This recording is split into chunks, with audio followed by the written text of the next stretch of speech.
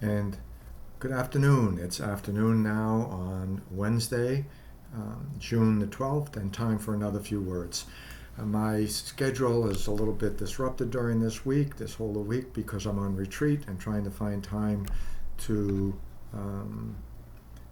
put into this particular activity has been sometimes a little challenging. But and getting into my regular routine has been certainly challenging. So, which is good, because everybody needs time to step away for a little bit and to reflect and to get back in touch with the core of what it is that's motivating what they do and why they do what they do, and their connection with God in a very real sense. So hopefully that's what a good majority of my time has been being spent during this particular week. And we have a wonderful speaker at our retreat, and one of the talks that was given, it was struck a real note of interest in me, because it's something I've reflected on over the years, but not significantly and not seriously enough. And that is about how Christianity, what was the motivating factor for Christianity to spread like wildfire, like it did, growing for about 40% every decade, from the year 40 being, I forget the number that they said in the year 40, about 1,000, to 100, where there was 7,000, 7,500, to 300, where there was 30 million. In 200 more years, there were like 33 million. Half of and 350, as I said, more than half of the known world at that time, of the 60 million people in the Roman Empire, all over the world, the known world at that time, considered themselves Christian, followers of the way of the Lord. Why? What made this really take off, especially during the time of persecution, those first couple of hundred years, 200 to 300 years of persecution, where to become a Christian was putting your life on the line, gathering and discussing and sharing and praying the New Testament and the gospel and the good news of Jesus Christ was something that was, you put your life on the line to do it, because thousands of Christians were put to death for professing and witnessing and testifying, even in private, to their faith in Jesus. And we say, well, why was people still so willing to do so? And I read an interesting a piece of, well, it was passed on to us, actually. I never really read it, because I don't have the book yet, but I plan on getting it. And it's called The Rise of Christianity. And it's not a new book, written in 1996 by Rodney Stark. And the thing is that there's an interesting that I can resonate with myself a little bit. I resonate with myself, the power of what drew people. Was it the purity of the doctrine? Was it the teaching? Was it the blood of the martyrs? Was it the teaching of the resurrection? All those things, I'm sure, were very important and had its place. But Rodney Stark, he gives not so much an alternate, but an additional element, which he thinks might be even more central and more basic and more common ground for everyone.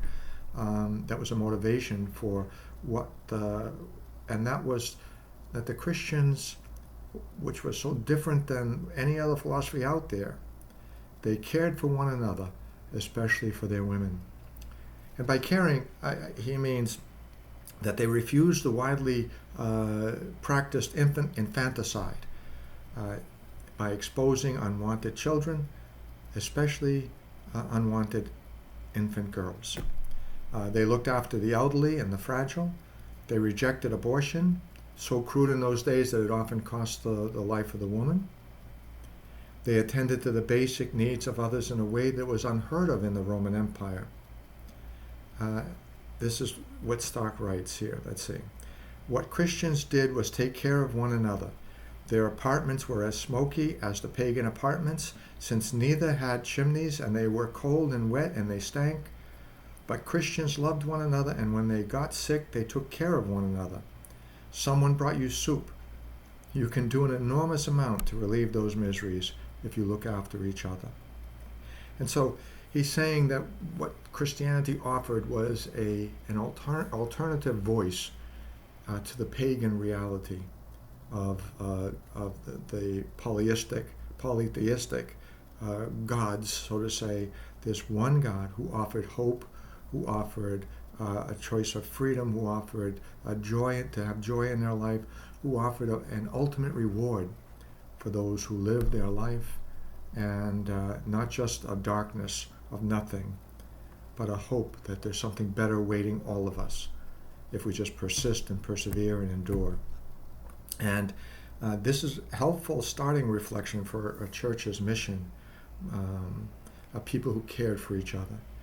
Think about what we tried, how Christianity essentially, by the year 300, even before 300, they were already, well before 300, they were more than 10% of the Roman population, Christians, before Constantine, who legalized it. He kind of acknowledged the reality of the church that was already growing leaps and bounds, the Christian church. And I'm saying how the church was a contrary sign of what was going on in the empire at that particular time. And it was another voice, another option of a way to live life. And how instead of succumbing to the current culture, they influenced that culture to change by the example of the lives that they lived.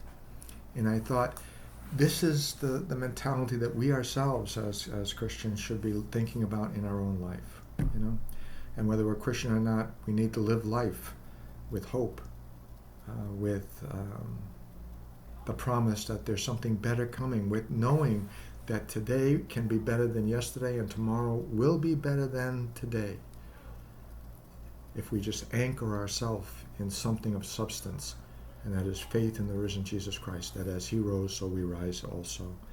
And he's promised us a life, if we take care of looking after each other, that the light of God shines in us and through us to those around us. My prayer for us as we continue with our celebration this morning, and as this celebration of words again, is that we decide to be a contrary voice to the culture around us as well.